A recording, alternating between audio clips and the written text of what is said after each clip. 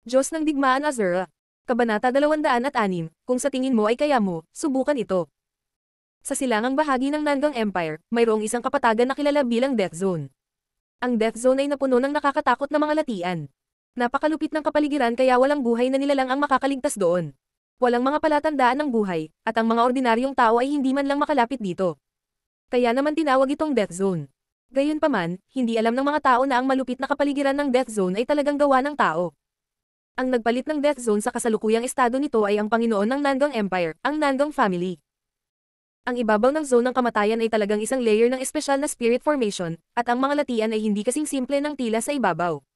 Sila ay mga espesyal na produkto na maaaring sumipsip ng martial aura, at sa ilalim ng kapatagan ng kamatayan, mayroong isang napakalaking palasyo. Ang epekto ng palasyo ay katulad ng Sacred Palace ng Yufeng Pavilion. Ito ay ginamit para sa pagsasanay ng mga alagad ng pangunahing palasyo ng pamilya Nangang. Gayunpaman, ang malaking palasyo sa ilalim ng lupa ay naging isang bilangguan para sa mga disipulo at matatanda ng Yufeng Pavilion. May kakaibang bulwagan sa gitna ng palasyo sa ilalim ng lupa. Ang mga dingding ng bulwagan ay natatakpan ng mga kakaibang ron. Ang berdeng ilaw sa ron ay parang umaagos na tubig, dahan-daang umaagos. Sa paligid ng mga dingding, may mga kakaibang kampana. Ang mga kampana ay hindi gawa sa dark steel. Sa halip, sila ay pinalapot ng isang espesyal na enerhiya. Habang kumikislap ang liwanag, napakaganda nito. Sa sandaling iyon, may dalawang matandang lalaki na nakasuot ng berdeng damit na nakaupo sa kailaliman ng bulwagan. May ilang kakaibang bolang kristal na inilagay sa tabi nila. Ang bawat isa sa mga bolang kristal ay may isang serye ng mga imahe na nakaproject sa kanila. Ang mga imahe ay ng mga disipulo ng Imperial Wind Pavilion. Sa sandaling iyon, ang mga disipulo ng Yufeng Pavilion ay nakaupo sa lupa habang nakapikit. May kakaibang energy barrier sa paligid ng kanilang mga katawan na bumabalot sa kanila. Ito ay malinaw na isang espesyal na paraan ng pagbubuklod. Elder Shi, hanggang kailan natin ikukulong ang mga disipulo ng Yufeng Pavilion? Sa sandaling iyon, biglang nagtanong ang isa sa mga matatanda. Hintayin natin ang pagbabalik ni Lady Shueyo. Dahan-daang sumagot ang isa pang matanda nang marinig ang tanong. Ang Lady Shueyo na pinag-uusapan nila ay ang pambihirang henyo ng pamilya Nangang, Nangang Shueyo. Bagamat si Nangang Shueyo ay mas bata sa kanila, kay Nangang Shueyo ang kasalukuyang katayuan ay mas mataas kaysa sa kanila. Dapat malaman na ang Supreme Elder ang nagtalaga kay Nangang Shueyo bilang kahalili ng master ng palasyo ng pamilya Nangang. Gayunpaman, hindi pumayag si Nangang Shueyo. Kahit na ang kasalukuyang Palace Master ng Nangang family ay ibang tao, si Nangang si Shueyo ay may autoridad na magsalita sa itaas ng Palace Master. Sa makatuwid, kahit na ang mga matatanda ay kailangang magalang na magsalita kay Nangang Shueyo bilang Lady Shueyo. Sa kasalukuyang lakas ni Lady Shueyo, maaari niyang ganap na sirain ang Yufeng Pavilion. Bakit kailangan niya silang ilagay sa house arrest? Naguguluhang tanong ng isa sa matanda. Bilang isang marangal na Hall Master Elder, nadama niyang mali ang pagpunta niya rito upang bantayan ang mga disipulo ng Yufeng Pavilion. Higit pa rito, dumana sila ng malaking pagkawala sa Yufeng Pavilion. Ngayon, masasabing galit na galit sila sa Yufeng Pavilion. Wala silang ibang gusto kundi ang sirain ang Yufeng Pavilion. Lalo na pagkatapos lumabas si Nangang Shueyo sa pag-iisa, iminungkahi pa nilang ganap na alisin ang pangalan ng Yufeng Pavilion sa Eastern Continent. Gayunpaman, ito ay tinanggihan ni Nangang Shueyo. Maiintindihan natin ang iniisip ni Lady Shueyo. Huwag mo nang masyadong isipin iyon. Gawin mo lang ang sinabi ni Lady Shueyo. Nang makita ito, bahagyang ngumiti ang isa pang elder. Case. Matapos marinig ang kanyang mga salita, ang matanda ay tila walang magawa. Ring, ring, ring. Gayunpaman, sa sandaling ito, ang kakaibang mga kampana sa paligid ng bulwagan ay biglang tumunog. Ang kakaibang sound wave ay agad na umalangaw sa bulwagan. O hindi. Matapos tumunog ang kampana, biglang tumayo ang dalawang matanda. Ang matanda nilang mukha ay agad na nagbago ng malaki. Ang dahilan nito ay dahil ang mga kampana ay ang mga kampana ng komunikasyon na nagsasaad na may nahawak ang defensive barrier. Ngayong tumunog na ang mga kampana, nangangahulugan ito na may pumasok sa rehiyong ito. Labas tayo at tingnan natin. Nang makita ito, nagkatinginan ang dalawang matanda, pagkatapos ay umindayog ang kanilang mga katawan at nagsanib sa kalawakan.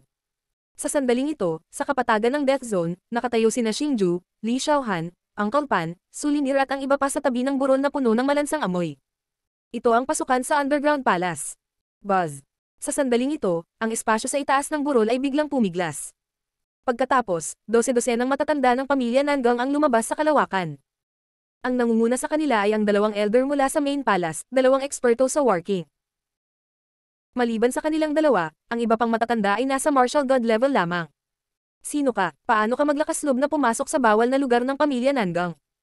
Pagkalabas ng elder mula sa Main Palace, tumingin siya kay Xingju at sa iba pa at sumigaw. Habang tinatago ni Xingju at ng iba pa ang kanilang mga aura, walang ideya ang elder na kaharap nila ang isang grupo ng mga eksperto sa working.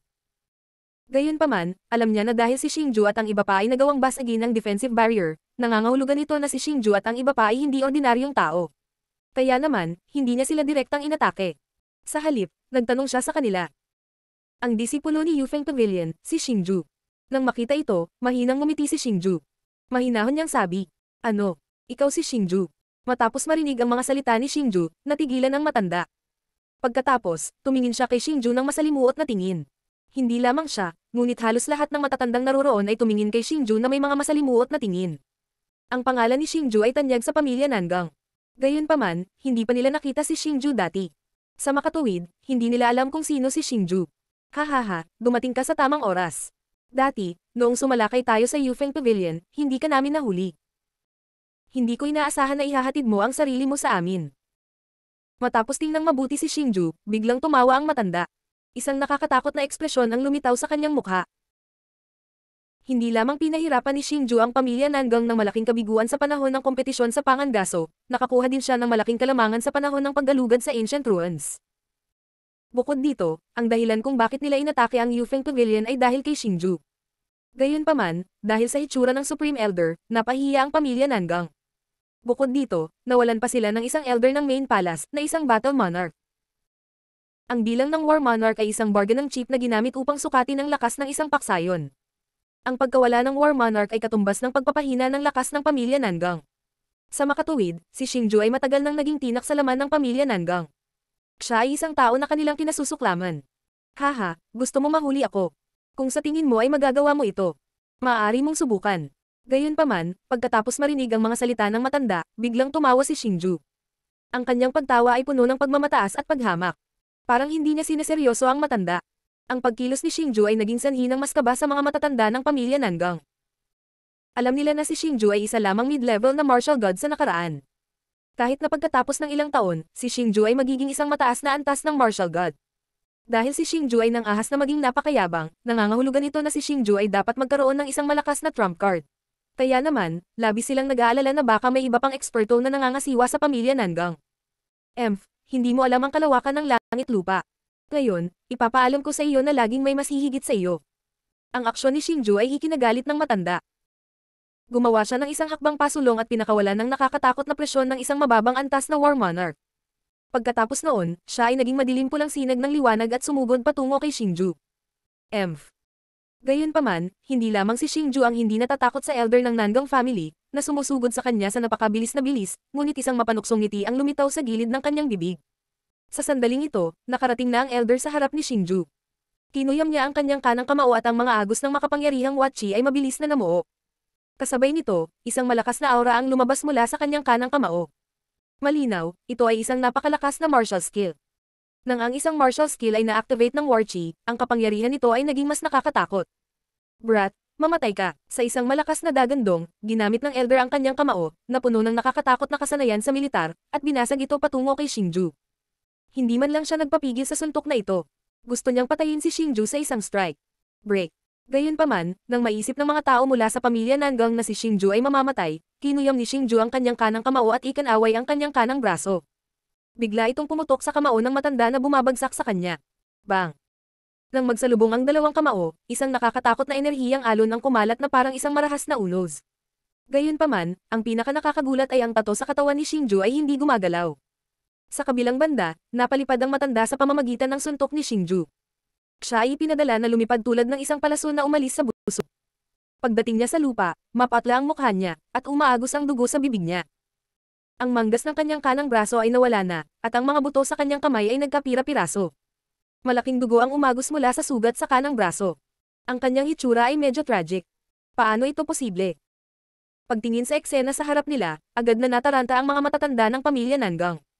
Ang elder na ito ay isang low-level working, at gayunpaman, siya ay natalo ni Xingju sa isang solong strike.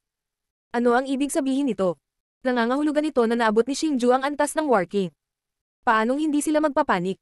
Gayunpaman, hindi sila makapaniwala. Hindi sila makapaniwala na ang isang tao sa gayong murang edad ay makakaabot sa antas ng working. Wala pang 3 taon, nakalusot siya mula sa isang mid-level martial god hanggang sa antas ng working. Hindi sila makapaniwala, hindi sila makapaniwala. Gayunpaman, nasa harapan nila ang katotohanan, at wala silang ibang pagpipilian kundi paniwalaan ito. Diyos ng Digmaan Azura. Kabanata 207, Iligtas ang mga tao. Sa sandaling ito, agad na nag-react ang isa pang main palace elder. Sa isang twist ng kanyang pulso, lumitaw ang isang communication talisman, at agad niya itong dinurog. Pagkatapos, mabilis na kumalat ang isang mahinang alon. Hindi alintana kung paano natalo ni Xingju ang main palace elder, talagang may kakayahan si Xingju na talunin ang isang war king. Kaya naman, alam niyang hindi nila mapipigilan si Xingju at ang iba pa na iligtas sila. Sa makatuwid, maaari lamang silang magpadala ng distress signal sa pamilya Nangang. Gayunpaman, ang ikinagulat niya ay matapos niyang durugan ng communication talisman, si Xingju at ang iba pa ay hindi nagpakita ng anumang senyales ng takot. Sa kabaligtaran, ngumiti sila ng mahina na para bang pinagtatawanan siya. Ikaw, anong tinatawa-tawa mo? Nang makita ito, hindi na napigilan ng main palace elder ang pagkabalisa sa kanyang puso at malakas na nagtanong. Anong tinatawa-tawa mo? Natatawa ako sa kamangmangan mo. Sa tingin mo ba talaga maipapadala ang iyong distress signal? Wala akong pakialam na sabihin sa iyo na ang puwang na ito ay tinatakan namin. Hindi banggitin ang signal ng pagkabalisa, kahit langaw ay hindi makakaalis sa lugar na ito ngayon. Nang marinig ang kanyang tanong, biglang tumawa ng malakas si Xingju at saka dahan-daang sinabi sa kanya. Puno ng panunuya ang mukha niya. Sa totoo lang, noong una silang dumating, si Xingju at ang iba pa ay nag-aalala na ang Nangang family elder ay magpapadala ng distress signal matapos silang matuklasan. Kung nangyari yun, makakaapekto ito sa kanilang susunod na galaw. Sa makatuwid, si Lola Xiaohan at ang Ying Huang ay naglagay na ng silang barrier sa lugar na ito. Si Xingju at ang iba pa ay pumasok lamang sa lugar na ito pagkatapos may set up ang silang barrier. Ano? Kayo? Matapos marinig ang mga salita ni Xingju, mas naging pangit ang ekspresyon ng matanda. Hindi man lang siya nakapagsalita. Hindi lang siya, kundi ang mga elder ng Nangang family sa likod niya ay namutla at sobrang hindi magandang tingnan. Ang pagtatatak ng espasyo ay isang bagay na magagawa lamang ng isang war emperor. Nang maisip nila na mayroong war emperor sa panig ni Xingju, sila ay labis na natakot. Dahil ang ibig sabihin nito ay hindi na nila kayang lumaban at papayag na lamang silang Yurakan. Itigil ang pagsisikap na kumilos ng misteryoso. Hindi ako naniniwala na ang iyong Yufeng Pavilion ay nagtataglay ng ganoong eksperto. Sa sandaling ito, ang matanda na iyon ay biglang sumigaw ng paputok. Ikanaway niya ang kanyang kanang kamao, handang atakihin si Xingju at ang iba pa. Ngunit sa sandaling iyon, ang katawan ng matanda ay agad na nagsalita, at tulad ng isang estatwa, siya ay nakatayo roon. Siya ay talagang tinatakan. Ang Nangang family mo ang tumitingin sa Yufeng Pavilion ko, di ba? Nang ang lahat ay nagulat sa biglaang sitwasyon, umalangaw ang isang dumadagandong na dagandong sa kalangitan. Nang umalangaw ang boses na ito, ang mga mukha ng matatanda ng pamilya Nangang ay namutla habang nakaupo silang paralisado sa lupa. Tuluyan na silang nawalan ng gana na lumaban. Ang paputok na sigaw ni Lola Xiaohan ay nagparamdam sa kanila ng hindi pa nagagawang pressure. Sa sandaling ito, sa wakas ay naniwala sila na may dumating na eksperto sa War Emperor sa kanilang lokasyon. Buzz. Ilang sandali matapos ang boses, lumitaw ang dalawang siluet. Sila ay sina Lola Xiaohan at Ying Huang.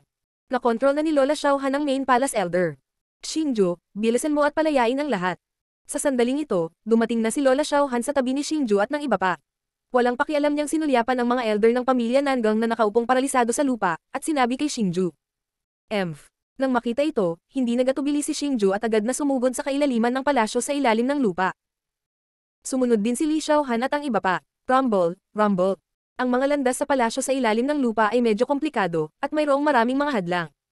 Gayunpaman, sa tuwing may hadlang, hindi magiging magalang si Xingju. Direkta niyang sisirain ito. Kaya naman, habang nasa daan, ang palasyo sa ilalim ng lupa ay medyo napinsala ni Xingju. Anong nangyayari? Anong nangyayari sa labas?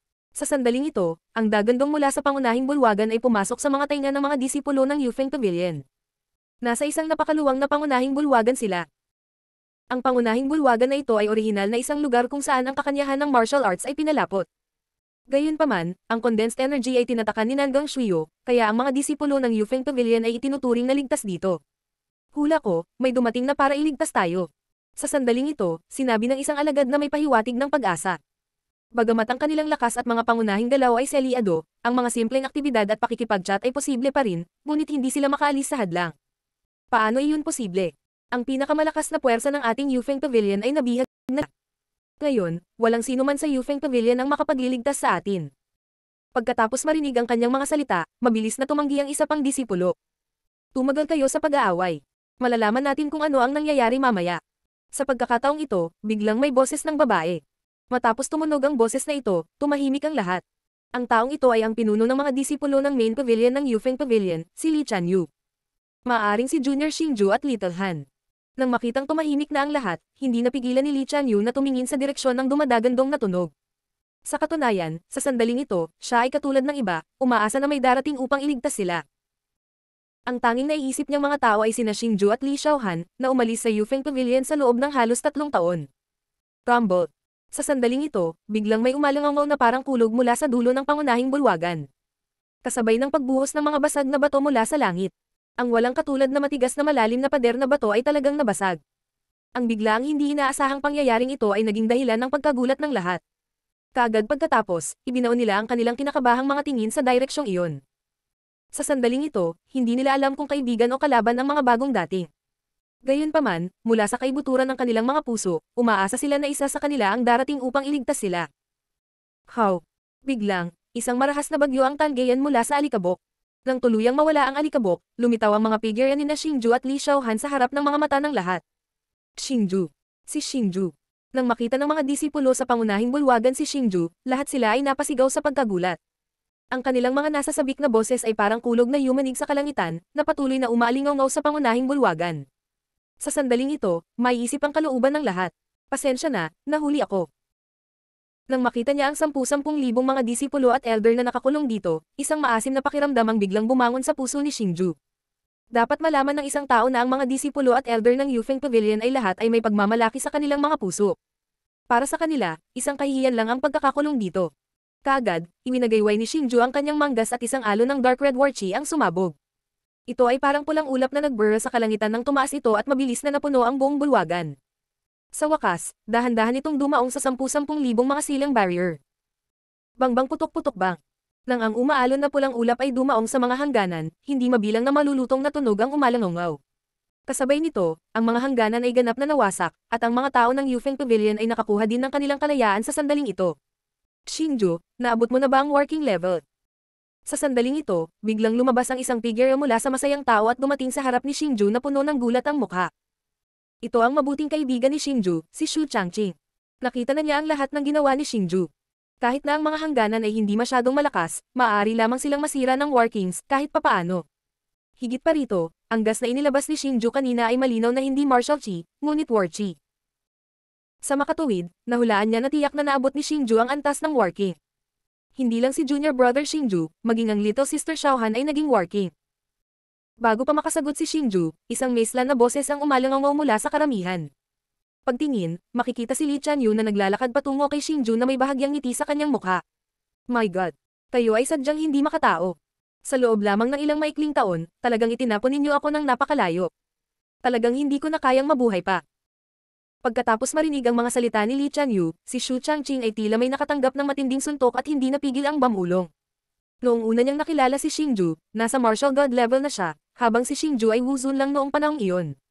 Sa loob lamang ng ilang maikling taon, siya ay nasa martial god level pa rin, habang si Xingju ay isa ng battle king. Paano ito matatanggap ng isang henyong tulad niya? Hindi mababa ang talento ni senior brother Xu. Ang paglusot sa working level ay sandali lang. Narito, para batiin si senior brother Xu sa pagpasok sa working level, bibigyan ko ng maliit na regalo si senior brother. Nang makita ito, tumawa si Xingju. Lubos niyang naiintindihan ang damdamin ni Xu Changqing. Sa isang twist ng kanyang palso, isang longsword na kumikislap na may gintong liwanag ang lumitaw sa kamay ni Xingju. Ito. My God, brilliant artifact ba yan? Nang makita niya ang longsword sa kamay ni Xingju, ang malungkot na ekspresyon ni Xu Changqing ay agad na napalitan ng pananabik. Pakiramdam niya ay isa talaga itong brilliant artifact. Isa lang itong mababang grade na brilliant artifact. Nagkataon na bagay ito para sa nakatatandang kapatid na si Xu. Nang makita ito, bahagyang ngumiti si Xingju. Haha, dahil yun ang kaso, hindi na ako magpipigil. Matapos marinig ang kumpirmasyon ni Xingju, si Xu Changqing ay lalong natuwa. Kaagad pagkatapos, hindi siya nagpapigil at direktang tinanggap ang espada sa kanyang kamay, hinahangaan ito. Dapat malaman na si Xu Changqing ay isang dalubhasa sa mga diskarte sa espada, at ang mababang grade na brilliant artifact na ito ay malinaw na mas malakas kaysa sa kanyang mysterious wood sword. Sa sobrang brilliant artifact sa kanyang kamay, ang lakas ni Xu Changqing ay walang alinlangan na tataas ng husto. Talagang nagbigay siya ng mababang grade na premyo na armas ng ganoon lang. Tunay na mapagbigay si junior brother Xingju. Sabi ni Li Chanyu na puno ng inggit ang mukha. Hehe, senior sister Li, regalo ko ito. Nang makita ito, bahagyang ngumiti si Xingju. Kaagad pagkatapos, muli niyang pinagpag ang kanyang palso, at lumitaw ang isang golden scale armor na kumikislap na may mahinang glow. Lumitaw ito sa kamay ni Xingju. Ang golden scale armor na ito ay isa ring mababang uri ng kayamanan. Bukod dito, ang estilo ng baluti na ito ay napakaangkop para sa mga kababaihan, at ang lakas ng pagtatanggol nito ay kahanga-hanga din, kaya ito ay napakaangkop para kay Li Chanyu. Talaga bang ibinibigay mo ito sa akin? At nang makita niya ang kumikinang na golden scale armor sa mga kamay ni Xingju, ang mukha ni Li Chanyu ay napalitan ng pagtataka dahil sobrang nasiyahan siya sa armor na ito. Siyempre, nang makita ito, bahagyang ngumiti si Xingju. Sa sandaling ito, si Xingju ay mayroong maraming brilliant artifacts. Dahil hindi niya magagamit ang mga iyon, natural na gusto niyang ibigay ito sa kanyang kaibigan. Salamat, Junior Xingju. Matapos marinig ang mga salita ni Xingju, hindi na magalang si Li Chanyu, at talagang direktang nagsuot ng armor. Ang protective armor na ito ay maaaring automatikong baguhin ang hugis nito ayon sa katawan ng tao, kaya kahit anong uri ng tao ang magsuot ng protective armor na ito ay lubos na akma. Ang mapagmataas na figure at medyo magandang mukha ni Li Chanyu, kasama ng pananggalang na baluti na ito, ay naging mas kabayanihan at kaakit-akit, lalo na kaakit-akit. Diyoys ng Digmaan Azura. Kabanata 208, Brother Uyang. Matapos iligtas ang lahat ng mga disipulo at elder ng Yufeng Pavilion, nagpa siya si Lola Xiaohan na huwag hayaang lumahok ang mga disipulo ng Yufeng Pavilion sa mga sumusunod na bagay.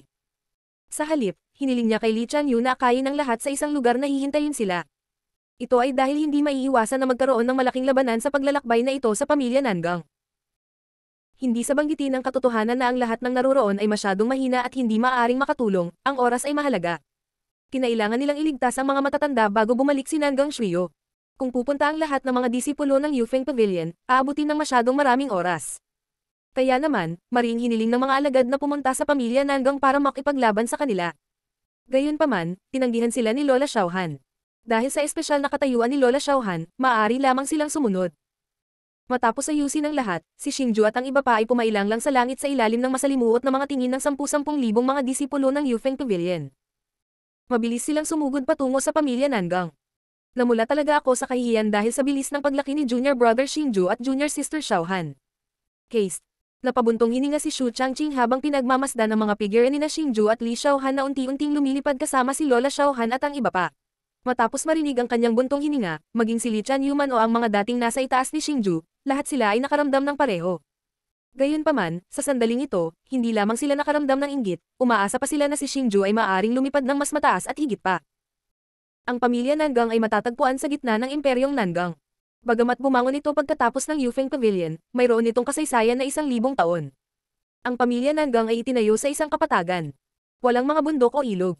Gayunpaman, ang mga palasyo na itinayo gamit ang kakaibang itim na bato ay nagsiwalat ng kakaiba at eleganteng kagandahan. Nakapalibot sa mga palasyo ng Nangang nobles ang 5 puting halijing bato na libu-libong talampakan ng taas. Sa tuktok ng bawat halijing bato ay isang napakalaking bolang kristal. Hindi lamang kumikinang ng maliwanag ang mga bolang kristal, mayroon ding mga puting bagyo na umiikot sa mga bolang kristal. Sa makatuwid, sa kaibahan ng 5 puting batong haligi, ang mga gusali ng Nangang nobles ay nagmukhang mas kahanga-hanga at kahanga-hanga. Gayunpaman, kung ang isa ay titingin sa ibaba mula sa itaas, ang isa ay magugulat na matuklasan na ang gusali ng pamilya Nangang ay nasa hugis ng 5 tallest na bituin. Ang 5 halijing bato ay ang 5 punto ng 5 tallest na bituin. Alam ng lahat ng mga alagad ng pamilya Nangang na ang 5 halijing bato ay ang defensive formation ng pamilya Nangang. Higit pa rito, maliban sa defensive formation na ito, mayroon ding layer ng sensing barrier sa paligid ng Nangang family. Ang hadlang na ito ay itinayo ng nagtatag ng pamilya Nangang. Ang bounded domain na ito ay sobrang misteryoso, at hindi ito isang bagay na masisira ni Lola Xiaohan at ng iba pa. Sa makatuwid, kahit na itago ni Xingju at ng iba pa ang kanilang mga aura, hindi sila makatakas sa pagtuklas ng bounded domain. Sa makatuwid, si Xingju at ang iba pa ay hindi nag-abala na magtago. Sa kabaligtaran, maliban kay Lola Xiaohan at ng Heroic Emperor, ang iba pang mga War Kings ay naglabas ng kanilang makapangyarihang aura. Nang sabay na inilabas ng 6 na War Kings ang kanilang mga aura, madaling isipin kung gaano kalakas ang pressure. Kapag lumipad ang 8 sa kalangitan, pati ang hangin sa paligid ay naglalabas ng mga alon, na parang nanginginig. Ang Death Zone ay hindi masyadong malayo sa pamilya Nangang. Sa makatuwid, sa loob lamang ng ilang oras, dumating si Xingju at ang iba pa sa paligid ng pamilya Nangang. Ito ba ang pamilya Nangang? Bulalas ni Xingju habang tinitingnan ng Malami Raj na puting lungsod sa di kalayuan. Bagamat walang magandang impresyon si Xingju sa pamilya Nangang, kailangan niyang aminin na medyo maganda ang estilo ng arkitektura ng pamilya Nangang. Bagamat hindi ito kasing rangya ng Yufeng Pavilion, mayroon itong ibang uri ng kagandahan. Ang nagtatag ng pamilya Nangang ay isang babae. Kaya naman, ang kanyang panlasa ay medyo kakaiba. Nakangiting paliwanag ni Lola Xiaohan matapos marinig ang tanong ni Xingju. Babae. Nakikita ko, matapos marinig ang mga salita ni Lola Xiaohan, sa wakas ay natauhan ng lahat. Hindi nakakagulat na ang estilo ng arkitektura ng pamilya Nangang ay napaka-elegante. Babae pala ang nagtayo nito. Gayunpaman, sa pag-iisip tungkol dito, naramdaman ni Xingquan na ito ay medyo kawili-wili. Hindi lamang babae ang nagtatag ng pamilya Nangang, ngunit ang pinakamalakas na tao sa pamilya Nangang ay babae rin. Tila ang pamilya Nangang ay talagang isang lugar kung saan malakas ang mga babae ngunit mahina ang mga lalaki. Sa sandaling ito, si Xingju ay lihim na nag-iisip kung ito ay dahil ang martial skill na naiwan ng founder ay mas angkop para sa mga kababaihan na magsanay. Swoosh, swoosh, swoosh, swoosh. Sa sandaling ito, biglang lumabas ang 6 na figure mula sa pamilya Nangang. Bagamat medyo malayo sila, ang aura na kanilang inilabas ay nagsabi kay Xingju at sa iba pa na silang lahat ay combat kings. Walang alinlangan, sila ang pangunahing palasyo elder ng pamilya Nangang. Mukhang nahawakan nila ang ilang uri ng detection barrier. Sumimangot si Lola Xiaohan at walang pakialam na sinabi. Matapos marinig ang mga salita ni Lola Xiaohan, nagulat si Xingju at ang iba pa. Matapos marinig na sinabi ni Lola Xiaohan na napakalakas ng detection barrier ng Nangang family, pinalawak ni Xingju ang kanyang soul strength sa limitasyon sa pagtatangkang mahanap ang detection barrier. Gayunpaman, sa lakas ng kaluluwa ni Xingju, nagawa pa rin niyang hawakan ang detection barrier nang hindi naramdaman ang pagkakaroon ng detection barrier. Sa sandaling ito, sa wakas natanto ni Xingju kung gaano kalakas ang detection barrier na ito. Kasabay nito, nakaramdam siya ng paggalang sa nagtatag ng pamilya Nangang. Sino to? Gaano maglakas loob na pumasok sa akin Nangang family? Sa sandaling ito, isang nakakabasag na dagandong ang nagmula sa pamilya Nangang. Kasabay nito, isang malakas na aura ang kumalat. Kaagad pagkatapos, 6 na figure ang lumipad sa napakabilis na bilis. Sa isang iglap, nakarating sila sa harap ni Xingju at ng iba pa. Nakita na silang 6 noon ni Xingju. Ang 5 nasa likod nila ay ang 5 matatanda ng pangunahing palasyo ng pamilya Nangang. At ang nangunguna sa kanila ay ang kasalukuyang palace master ng Nangang family. Talagang si Senior Meng. Gayunpaman, nang makita ng palace master ng pamilya Nangang si Lola Xiaohan, nagulat siya. Hehe, hindi ko inaasahan na makikilala mo ako. Ngayong ikaw na ang palace master ng Nangang family, medyo tumaas ang init ng ulo mo. Matapos makita ang palace master ng Nangang family, sinabi ni Lola Xiaohan na may mahinang ngiti. Hindi naman sa masungit ako, pero pumunta si Senior Meng dito sa ganoong pananakot. May problema ba? Matapos marinig ang mga salita ni Lola Xiaohan, hindi nagalit ang palace master. Sa halip, ngumiti siya. Sa katunayan, napakamakatwiran ang kanyang sinabi. Kahit na hindi itago ni Fang Ke ang kanyang aura, hindi niya sinasadyang ipakalat ang kanyang aura. Iyon ay dahil ito ay malinaw na isang provocation sa Nangang family.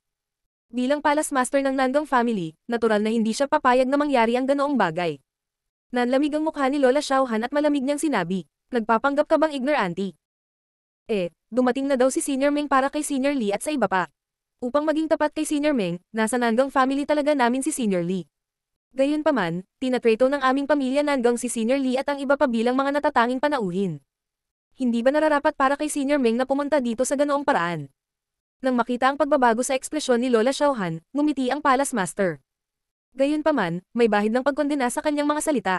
Haha. Pretuhin mo sila bilang mga kilalang bisita. Napakahusay. Dahil ganoon ang kaso, pupunta rin ako sa Nangang family mo para maging guest.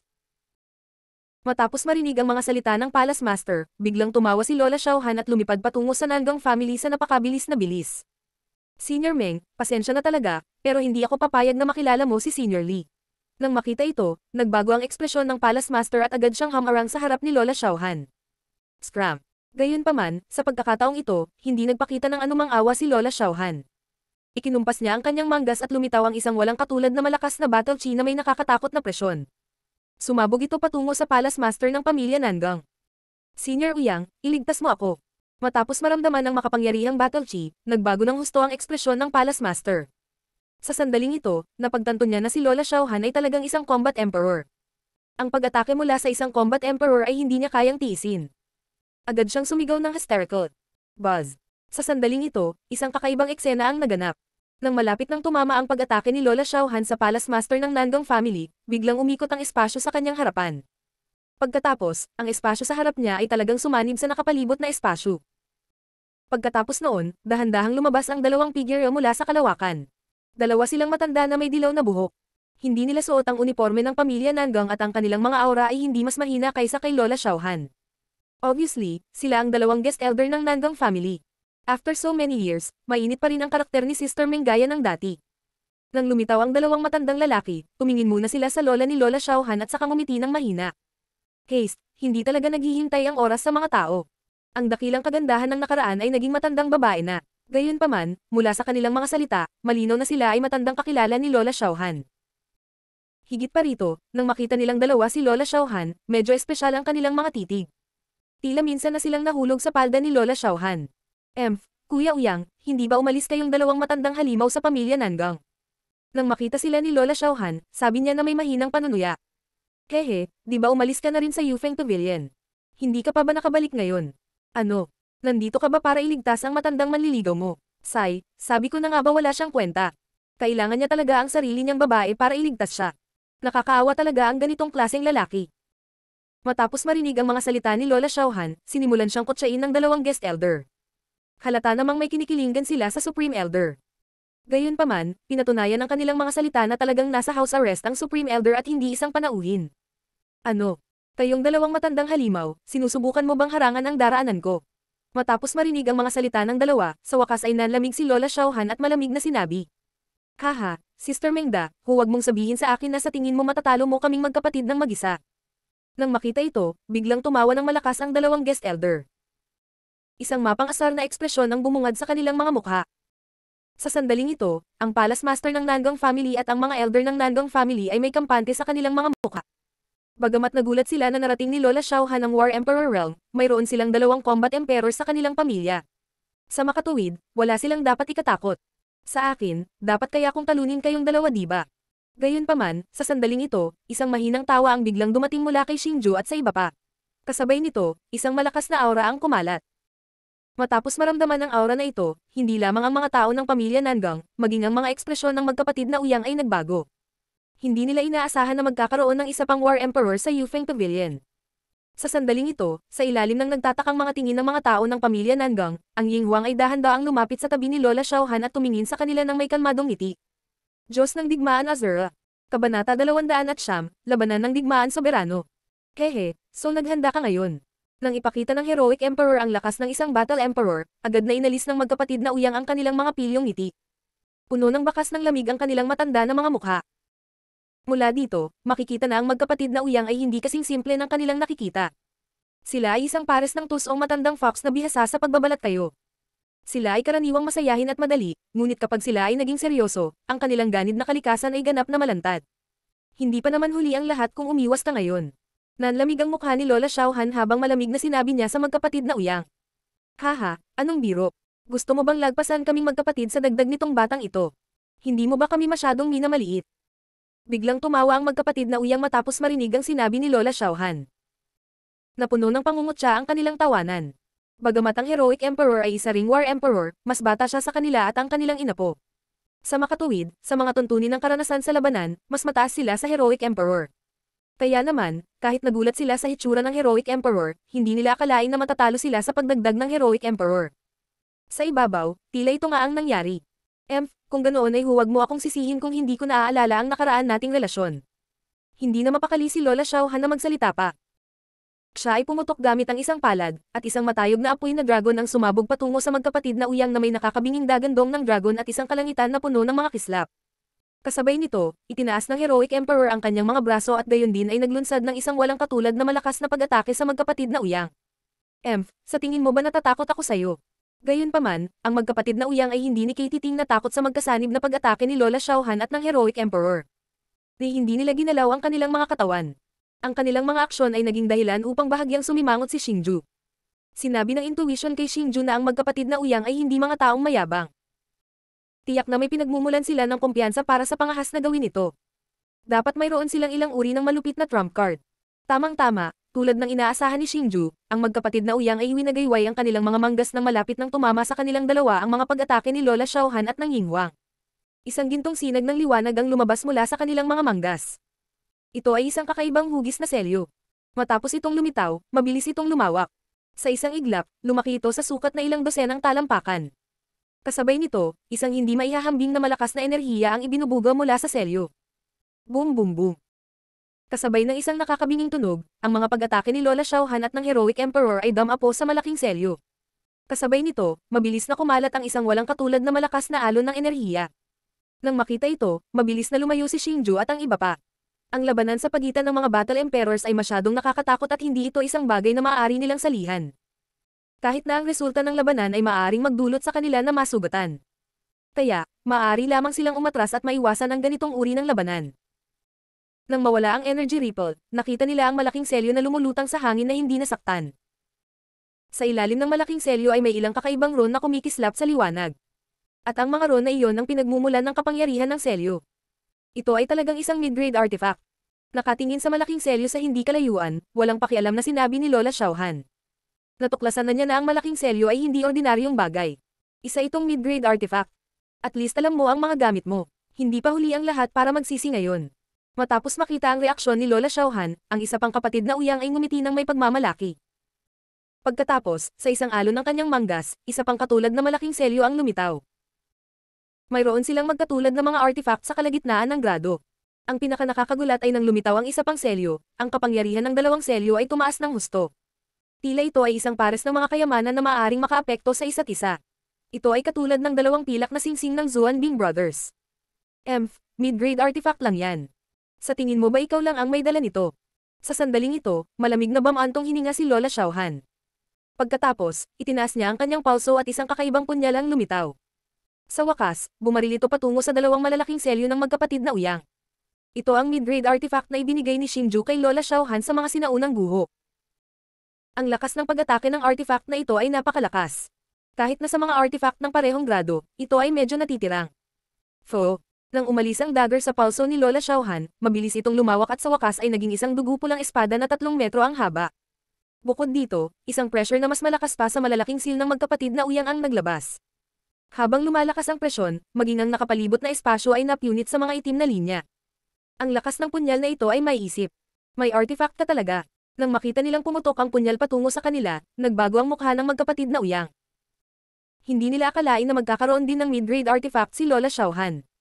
Bukod dito, ang kapangyarihan ng punyal ay mas malakas pa sa malalaking selyo ng magkapatid. Gayunpaman, sa harap ng direktang pag-atake, hindi ito maaaring baliwalain ng dalawa. Ikinaway nila ang kanilang mga braso at hinikayat ang dalawang malalaking seal na may mga pagsabog ng gininto ang liwanag, tumangay patungo sa punyal ni Lola Xiaohan. Boom boom boom. Habang ang 3 premyadong artifact ay magkakaugnay sa isa't isa, mabilis na kumalat ang isang malupit na alon ng enerhiya.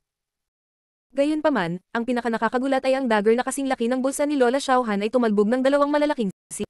Big Sister Meng, itong dagger mo ay maituturing na top-notch item sa mid-grade prized artifacts. Pero kung tutuusin, mid-grade artifact lang ito. Paano ito magiging tugma para sa dalawa nating artifact? Matapos magtulungan upang itaboy ang kasing bulsa na punyal ni Lola Xiaohan, muling tumawa ang magkapatid na Uyang. Bagamat dati silang natakot sa momentum ng punyal, sa sandaling ito, natuklasan ng magkapatid na kapag ang dalawa sa kanila ay nag-activate ng dalawang mid-grade artifact sa parehong oras, ang punyal ni Lola Xiaohan ay magkakaroon din ng kaunting kalamangan. Ito ang malaking agwat sa pagitan nila. Ayon sa iba't ibang artifact, ang mga bagay na kailangang gamitin ay iba rin.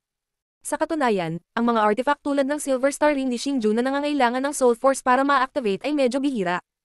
Dahil mahina ang puwersa ng kaluluwa ng isang ordinaryong tao, mas mahirap ay activate ang mga artifact na nangangailangan ng puwersa ng kaluluwa.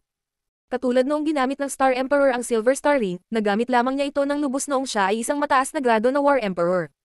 Para naman kay Xingju, maaari na niya itong i-activate kapag siya ay isang martial god.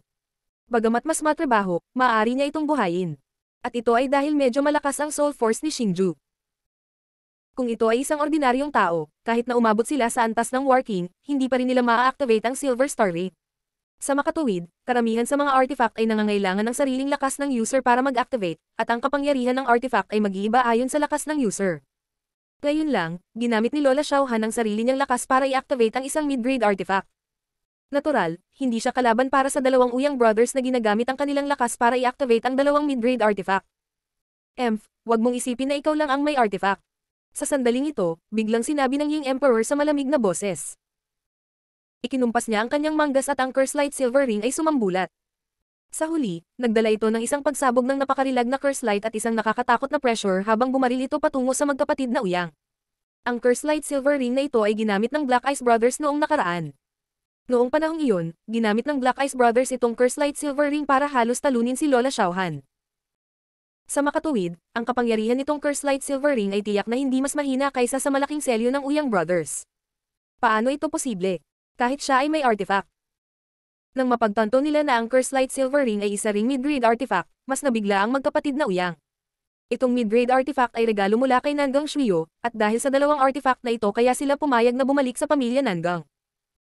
Kung sinabing si Lola Xiaohan ay naglakbay ng maraming taon at nakakuha ng isang mid-grade artifact kung nagkataon, maaari pa rin nilang tanggapin ito. Gayunpaman, ang artifact ng Ying Emperor ay isang bagay na hindi nila matanggap. Gayunpaman, hindi alam ng dalawa na si Xingju at ang iba pa ay lahat ay nagtataglay ng mga premyong artifact. Nag-iisang si Xingju ang nagtataglay ng 10-10 premyadong artifact at kahit isang mataas na grade na prized artifact. Kung hindi, ang dalawa ay namatay sa pagubo ng dugo. Haha, mabuti. Minamaliit talaga kita. Pero ayos lang, dalawang mid-grade artifact ang na-deliver sa atin. This is a blessing. Gayunpaman, pagkatapos ng maikling sandali ng pagkabigla, ang magkapatid na Uyang ay biglang nagpakawala ng mabangis na tawa. Isang bakas ng kasakiman ang lumitaw sa kanilang mga mata. Gusto talaga nilang dalawa na nakawin ang life treasures ni Lola Xiaohan at ng Yinhuang. Gusto mong agawin ang mga artifact ko, tingnan natin kung may kakayahan kang gawin iyon. Malamig na bumuntong hininga si Lola Xiaohan. Ikinumpas niya ang kanyang braso at kinokontrol ang punyal para salakayin ang magkapatid na Uyang.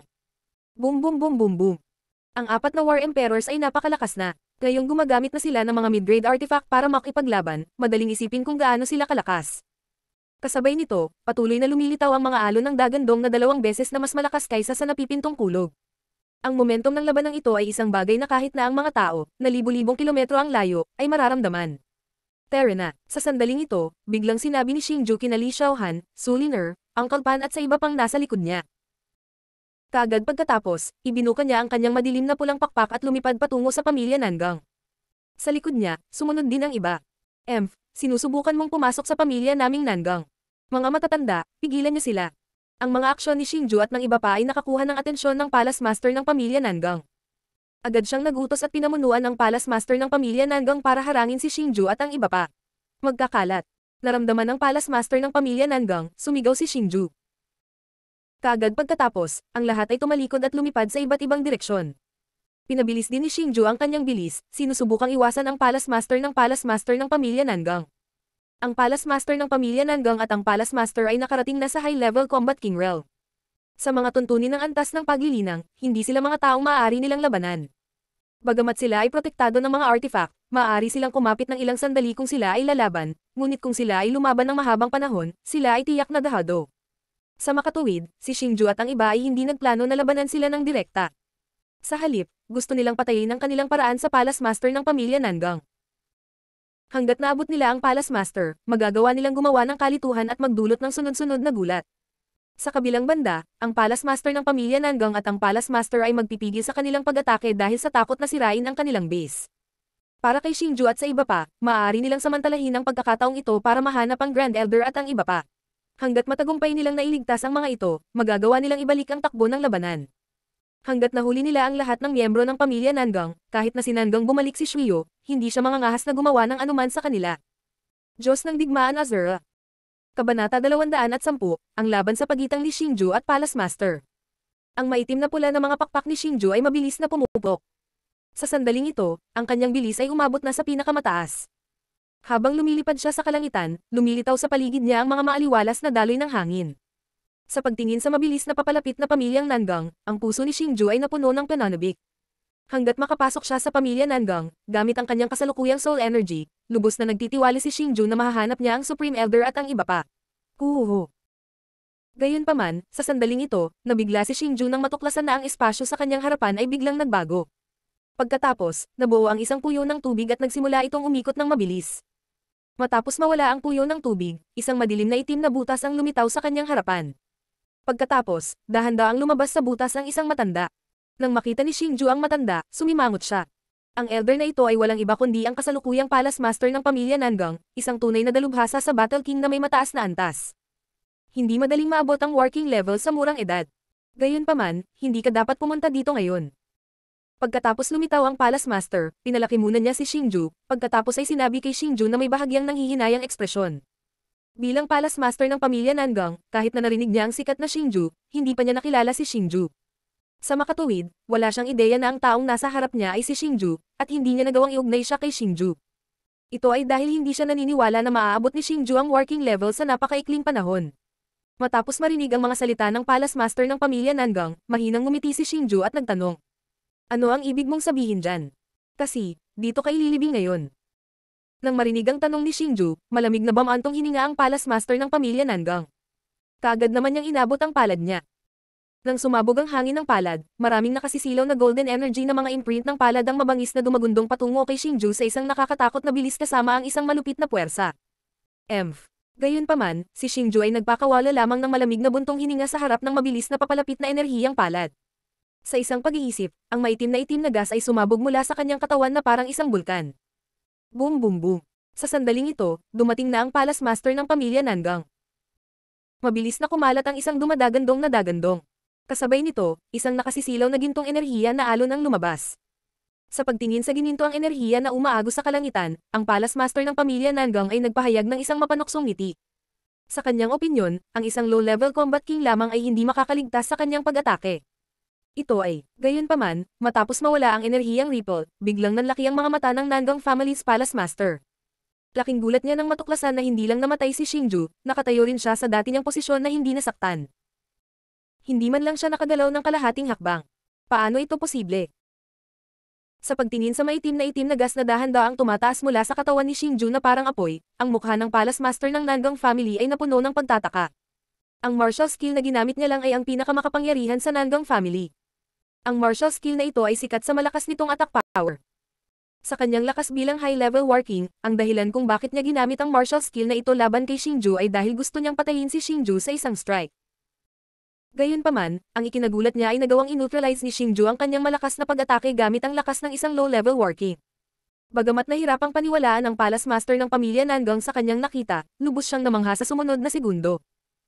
Sa pag-iisip mula kay Xingju, ang maitim na soul body ay agad na bumulwak sa katawan ni Xingju na parang baha, asabi nito, ang lakas ni Xingju ay patuloy na tumaas, at sa huli, nakapasok pa siya sa mid-level working realm. Hindi lang iyon, pagkatapos na tumaas ang kanyang lakas sa mid-level working realm, ang maitim na soul armor, na natatakpan ng napakarilag na pattern, ay lumitaw sa damit ni Xingju. Matapos lumitaw ang soul armor, ang ordinaryong itim na damit ay agad na naging napakaganda. Brat, parang minamaliit kita. Anong pangalan mo? Anong kapangyarihan meron ka? Sa pagtingin sa kasalukuyang Xingju, ang Palace Master ng Nangang family's Palace Master ay kumunat ang kanyang mga kilay, at ang kanyang mukha ay puno ng pagtataka. Isinasantabi ang katotohanang nagawa ni Xingju na in-neutralize ang kanyang malakas na pag-atake, ang katotohanan na si Xingju ay nakagamit ng isang lihim na pamamaraan upang madagdagan ang kanyang lakas sa isang buong antas ay sapat na upang tingnan niya si Xingju sa isang bagong liwanag. Narinig na niya ang lihim na pamamaraang ito noon, at nakita na rin niya ito noon pa. Higit pa rito, posible ring tumaas ang antas ng isang tao sa maikling panahon sa pamamagitan ng paggamit ng ilang mga table tasks. Gayunpaman, limitado lang iyon sa mga nasa ilalim ng working realm. Hindi pa siya nakakita o nakarinig ng sino man na maaaring tumaas ang kanilang lakas sa ganoong antas sa larangan ng working. Dati, naghinala siya na si Xingju ay mula sa Boundless Sea Region. Gayunpaman, sa sandaling ito, naramdaman niya na napakaposible na si Xingju ay hindi mula sa Boundless Sea Region, at hindi rin siya mula sa Eastern Continent. Malaki ang posibilidad na siya ay isang disipulo ng ilang kapangyarihan sa gitnang rehiyon ng Sky Martial Continent, ang Toireng Sky Region. Ang Toireng Sky Region ay ang tunay na pangunahing rehiyon ng Sky Martial Continent, isang lugar kung saan naninirahan ng mga tunay na eksperto. Kahit na hindi pa siya nakakapunta sa lugar na iyon. Sa makatuwid, naramdaman niya na dahil si Xingju ay nagtataglay ng ganoong lakas, malaki ang posibilidad na siya ay mula sa Toireng Sky Region. Kung tungkol sa kapangyarihan doon, hindi niya kayang saktan ito, at iyon ang dahilan kung bakit gusto niya itong subukan. Yufeng Pavilion, Xingju. Nang marinig ang tanong ng Palace Master ng Nangang family, nagpakita si Xingju ng isang mahinang ngiti. Tumayo siya habang nasa likod ang kanyang mga kamay, bahagyang itinaas baba, at nagsalita ng may pagmamalaki. Ano? Ikaw si Xingju. Matapos marinig ang mga salita ni Xingju, ang mukha ng Nangang family's Palace Master ay agad na naging purple, at ang kanyang ekspresyon ay kasing pangit. Hindi niya akalain na ang talentadong binata na ito, na nagtataglay ng kakaibang mga lihim na diskarte at makapangyarihang kasanayan sa militar, ay si Xingju, ang salarin na nagdulot ng maraming pagkalugi sa pamilya Nangang, at siya rin ang naging sanhi ng pagkatalo. Digmaan sa pagitan ng dalawang dakilang kapangyarihan. Tama, ako ito. Sa pagtingin sa gulat na ekspresyon ng Palace Master ng pamilya Nangang, nakita ni Xingju na nakakatawa ito, at ngumiti siya. Sige anak, dahil ikaw yan, hindi na ako magtitimpi. Matapos itong kumpirmahin ni Xingju, biglang nanlamig ang mukha ng Palace Master ng Nanggang family, at ang kanyang ekspresyon ay naging sobrang bangis. Pagkatapos noon, mahigpit niyang ikinuyom ang kanyang mga kamao, at ang nakakatakot na aura ng isang mataas na antas na Combat King ay bumungad sa kanya ng walang anumang reserbasyon na madilim na pulang war chi ay lumabas mula sa katawan ng Palace Master ng pamilya Nanggang, at dahan-dahan itong umikot sa kanya. Habang umiikot ito sa paligid niya, lumilitaw ang sparks mula sa friction sa hangin sa paligid niya. Madaling maisip ng isang tao ang nakakatakot na enerhiya na nakapaloob dito. Oo, wala rin akong balak magpigil. Gayunpaman, hindi natakot si Xingju sa aura ng Palace Master ng Nanggang family. Napanatili niya ang isang kalmadong ngiti sa kanyang mukha, at habang nagsasalita siya, hindi niya maiwasang dahan-daang haplasan ang Silver Light Star Ring sa kanyang kanang hintuturo. Dahil gusto mong mamatay, tutuparin ko ang hiling mo. Sa pagtingin sa ekspresyon ni Xingju, ang Palace Master ng Nanggang family ay nagalit. Agad niyang iniunat ang magkabilang palad niya, at ang madilim na pulang battle chi ay nagbagong anyo sa dalawang higanteng kuko na 12-dosenang talampakan ang haba, na humawak kay Xingju. Gayunpaman, nang harapin ang dalawang nakakatakot na dark red claws, ninisyon lang si Xingju. Kinuyam niya ang kanang kamay at sinuntok ang dalawang higanteng kuko. Swoosh swoosh swoosh swoosh. Matapos sumuntok si Xingju gamit ang kanyang kanang kamao, isang nagninangning na pilak na liwanag ang kumislap mula sa kamao ni Xingju, at hindi mabilang na mga particle ng liwanag ng bituin ang nagtagpo upang bumuo ng Milky Way at bumaril. Habang ang liwanag ng bituin ay nagwiwisik pababa mula sa langit, isang labis na nakakatakot na enerhiya ang ibinubuga. Ito ang Starlight Energy mula sa Silver Light Star Ring sa kamay ni Xingju. Boom, boom boom. Nang magtagpo ang dalawang makapangyarihang higanteng kuko sa Milky Way na nabuo ng Starlight Energy, naglaho sila pagkatapos ng dalawang pagsabog. Gayunpaman, mabagal pa rin ang daloy ng Starlight Energy, at tila hindi ito naapektuhan. Ang napakarilag na Starlight Milky Way ay damaloy ng dahan-dahan, ngunit sa ilalim ng napakagandang hitsura nito, mayroong napakalakas na enerhiya. Ang enerhiyang ito ay isang bagay na kahit ang Palace Master ng Nanggang family ay nahirapang harapin. Ikaw, may high rank pressure tool ka talaga. Ang Palace Master ng Nanggang family ay hindi isang ordinaryong tao. Sa pagtingin sa Milky Way na dumadaloy sa kalangitan at sa nakakatakot na enerhiya na ibinubuga mula rito, nahulaan niya na si Xingju ay mayroong high rank pressure tool. Swoosh, swoosh. Sa sandaling ito, ikanaway ni Xingju ang kanyang kanang braso, at ang Milky Way na dahan-daang dumadaloy sa kalangitan ay naging isang tuwid na linya at bumalik sa gilid ni Xingju. Nagbuo ito ng isang disk na puno ng liwanag ng bituin, at kasama si Xingju bilang sentro, nagsimula itong damaloy ng mabagal. Matapos maabot ang Battle Monarch level at pinuhin ang Soul Essence, ang kasalukuyang Soul Energy ni Xingju ay maaaring ganap na i-activate ang Starlight Energy mula sa Silver Light Star Ring. Sa makatuwid, ang Starlight Energy ay nasa ilalim na ng kontrol ni Xingju. Kakasimula pa lang ng laban. Sa pagtingin sa Milky Way na dahan-daang umaagos ayon sa kanyang kalooban, bahagyang nabaluktot ang mga sulok ng bibig ni Xingju. Pagkatapos, sinuntok niya muli ang kanyang kanang kamao, at ang starlight na pumuno sa kalangitan ay naging hindi mabilang na Milky Ways at bumaril patungo sa Palace Master ng Nanggang family mula sa lahat ng direksyon. Munting demonyo, huwag kang maglakas loob na murahin ako. Nang makita ito, galit na galit ang Palace Master ng pamilya Nanggang. Kahit na ano, si Xingju ay isa lamang low-level working. Kahit na naabot niya ang mid-level working realm sa tulong ng isang secret technique, at kahit na si Xingju ay may tulong ng high-grade treasure, bilang high-level working, ang Palace Master ng Nanggang family. Nadama pa rin na si Xingju ay malayo sa pagiging katapat niya. Sa pagtingin sa starlight na humahanggos patungo sa kanya mula sa lahat ng direksyon, ang Nanggang family's Palace Master ay nagpakita ng nag-aalalang ekspresyon. Ibinuka niya ang kanyang mga kamay, at ang mga daloy ng napakalakas na enerhiya ay mabilis na natipon sa kanyang mga palad. Papapapa. Biglang-bigla, iwinagayway ng Palace Master ng Nanggang family ang kanyang mga braso, nagpakawala ng malalakas na hangin ng palad sa kalangitan. Ang malakas na puwersa ay naging sanhipan ng hangin na naglalabas ng mga tunog ng alitan. Pagkatapos nito, ang hindi mabilang na nakakatakot na enerhiyang liwanag na alon ay sumambulat mula sa kanyang mga palad. Sa huli, sinamahan sila ng tunog ng pagpunit ng hangin habang sila ay bumaril patungo kay Xingju. Kasabay nito, ang Palace Master ng Nanggang family ay kumilos sa napakabilis na bilis upang maiwasan ang pag-atake ni Xingju. Nang makita ang aksyon ng Palace Master ng Nanggang family, nagulat si Xingju. Hindi hinarang ng Palace Master ng Nanggang family ang kanyang pag-atake, sa halip ay naglunsad ng pag-atake sa kanya. Tila alam niya na ang pag-atake mula sa Silver Light Star Ring ni Xingju ay hindi simple, kaya ayaw niyang harapin ito ng direkta. Sa halip, gusto niyang manalo sa pamamagitan ng pag-asa sa bilis. Hehe. Parang oras na para gamitin ang galaw na iyon.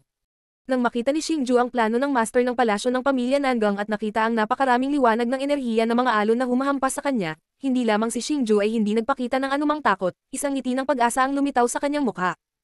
Iyon ay dahil, sa bilis, si Xingju ay mayroon pa ring trump card na hindi pa niya nagagamit.